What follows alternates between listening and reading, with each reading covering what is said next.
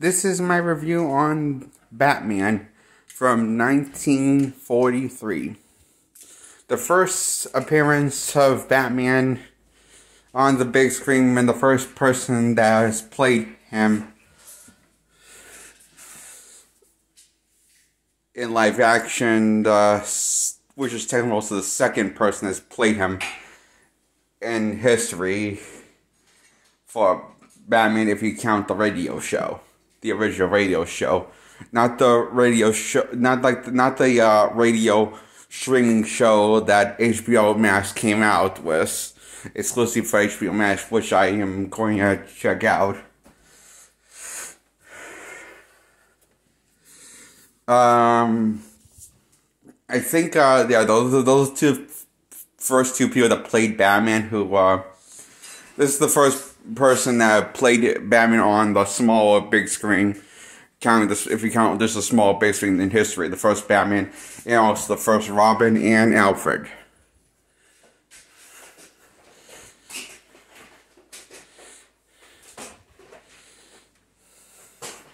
Now this Batman takes many inspiration from the comic book counterpart from his Golden Age era.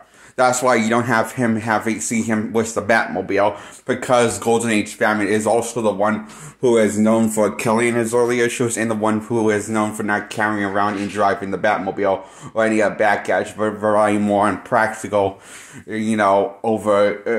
practical stuff that you can actually find anywhere outside of the bat, costume he wears. Him and Robin. So, instead of his, bat utility belt coming with a bunch of, Stay-Yacht gadgets, this is standard Stay-Yacht gadgets that anybody could get, from the Golden Age era, and therefore, you see that actually, play out on this interpretation of Batman, that you see this play out in, you see the reason why he doesn't have all the the beyond Stay-Yacht gadgets and the back, and he just has the Batcave and that's the house, and doesn't have the Batmobile even. So instead he drives Bruce Wayne's car, and in later episodes in this series, it will point out the problem that, is still suspicious that Batman's driving Bruce Wayne's car, and his girlfriend does assume that he is Bruce Wayne because he's driving his car. But Batman covers his tracks surprisingly well with clever choice of words and stealing the woman's keys, his girlfriend keys to her car, which I found kind of funny and sneaky. And this is actually the only Batman in live action to this day that we see donning on disguises to blend in with the crowd, to go unnoticed in plain sight. To this day, that's the only Batman that has actually done that in adaptation. I wish we saw more live adaptations of Batman that will, maybe Adam West did it, but I don't think Adam West did it, but, I know, the Keaton era and Fowl and Clooney and Pattinson hasn't done it, including Ben Affleck hasn't done it yet, that we've seen in action. We never seen any of those Batmans actually put on a clever disguise that makes them not recognizable that makes them look recognizable as Bruce Wayne or as Batman. So, but they can go in plain daylight and nobody will recognize them. They'll be a random citizen as far as we know. And I do like the disguises that Batman wears in this run. And also Robin too. And this is Dick Grayson's Robin, the first Robin that made his debut in the Golden Age era. And because it's taken inspiration from the Golden Age era, like the early Golden Age era of the Golden Age, That's why we don't probably see any of the iconic Batman villains like the Joker or the Penguin or anybody. Not even Hugo Strange. Dr. Hugo Strange. So, and see, and then that makes sense because, and also why Batman actually will carry his costume, Robin's costume, in a briefcase and change into, well, the car whenever something looks suspicious and it's time to change into Batman and Robin. He would always, in this one, he would always carry the Batman costume, Robin costume in, you know, a filing cabinet or a briefcase like he would in the comics, but mostly he would carry in a briefcase in the comics, going back to the first debut issue in the Golden Age, that when he made his debut. And that briefcase was also in his closet, where he was hanging, in the room where he was hanging out, and so in the comics, and yeah, this draws lots of inspiration from the Golden Age comics.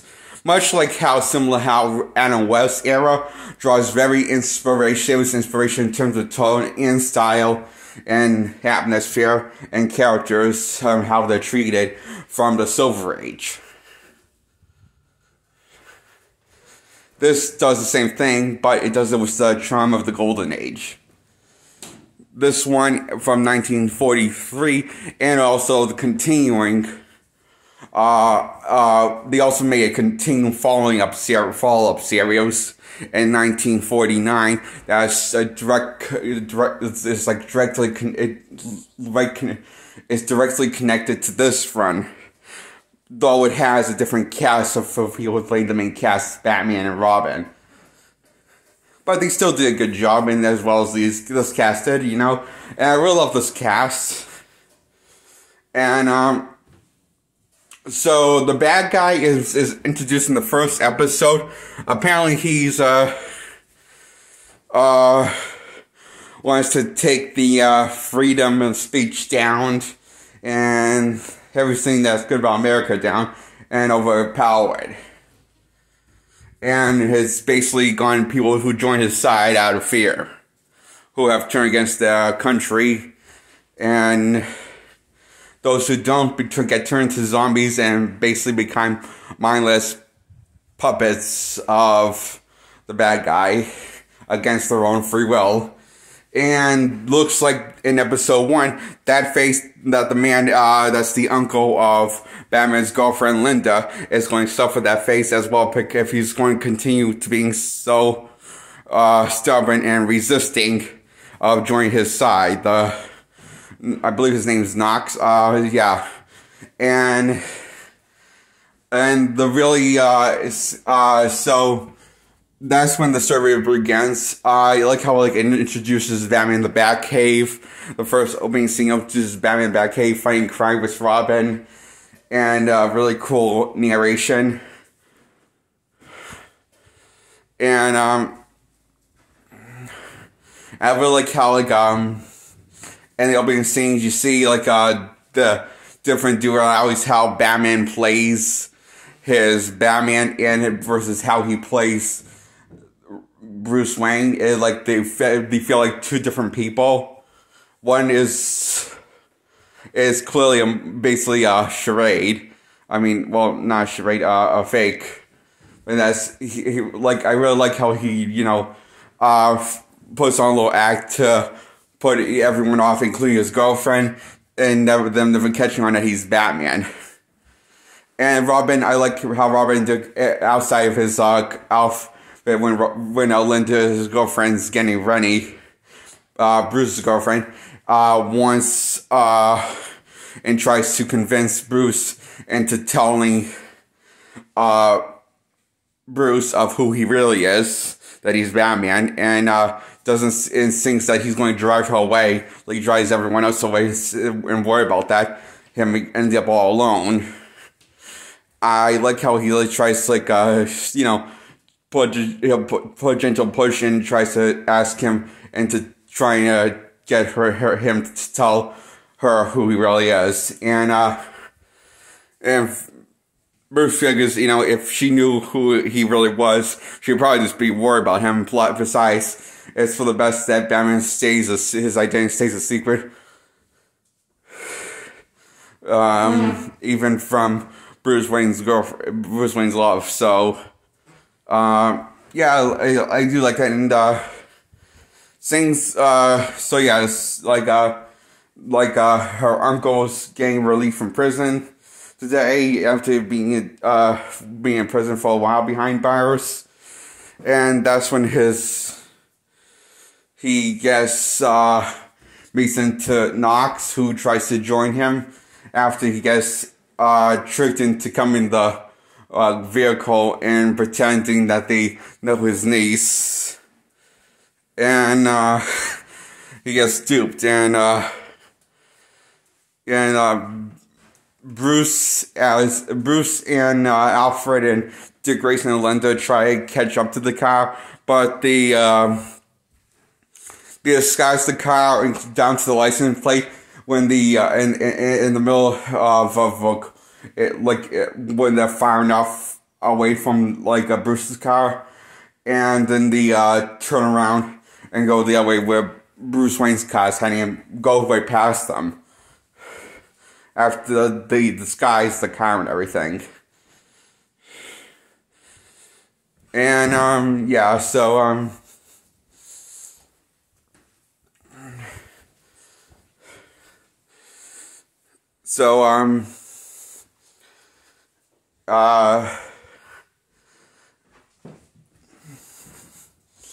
Batman changes into his Batman costume, and so does Robin.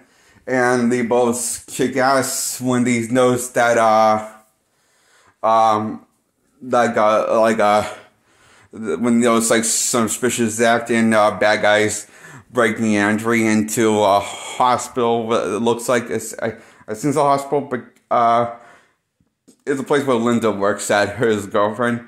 And, so they save the day, and one of the zombie henchmen that without their own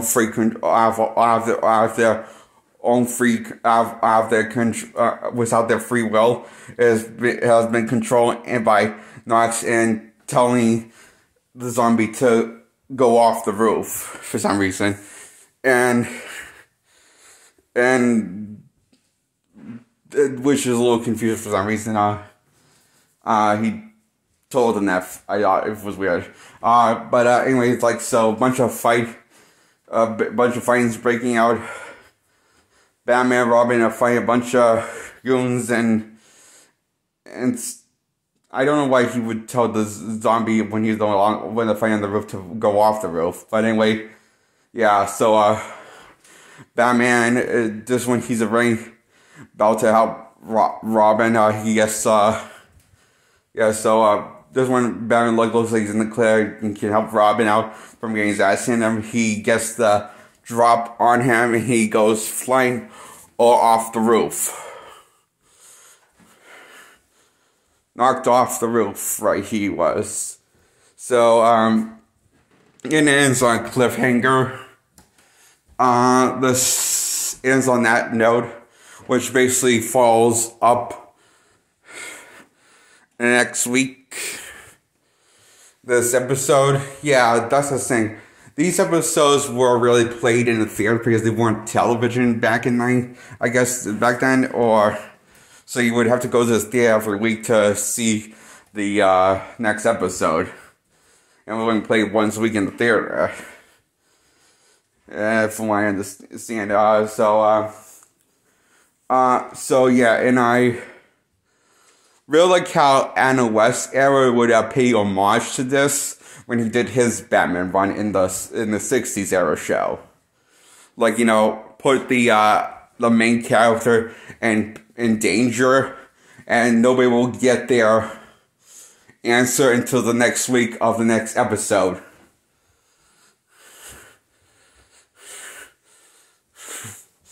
So so that was kind of cool that I almost did that as a little homage.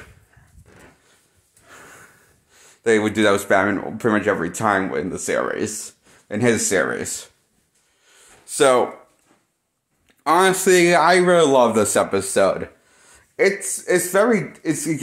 does a good job of keeping the true to the spirit of the Golden Age, which was dark, much darker than the Silver Age was. And I always did love Golden Age Batman so much, so I'm so glad that this exists and I can see it to this day on DVD. I own the copy right here.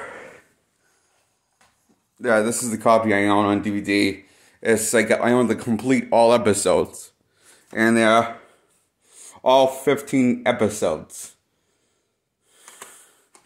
I have on 2 discs. And I'm going to review all those 15 episodes on my channel, and I give episode 1, but it's called, okay, they're called chapters, but that's the same thing, okay? They just called them something different back then versus, they called episodes different. They called, in the early days, they called episodes chapters, but then time around they calling them episodes. Now they're calling them chapters, like with streaming service like Mandalorian and so on and so on. They use the word chapters again, so yeah. Chapter 1 is 10 out of 10, I give it, of Batman.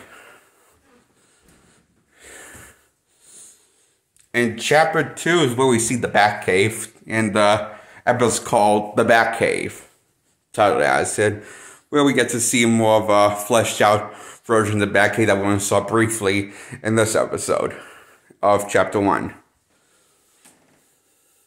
Subscribe to this channel and give this video a thumbs up, hopefully. You guys will. And yeah, I really love this episode. I give it 10 out of 10, right? Yeah, I did.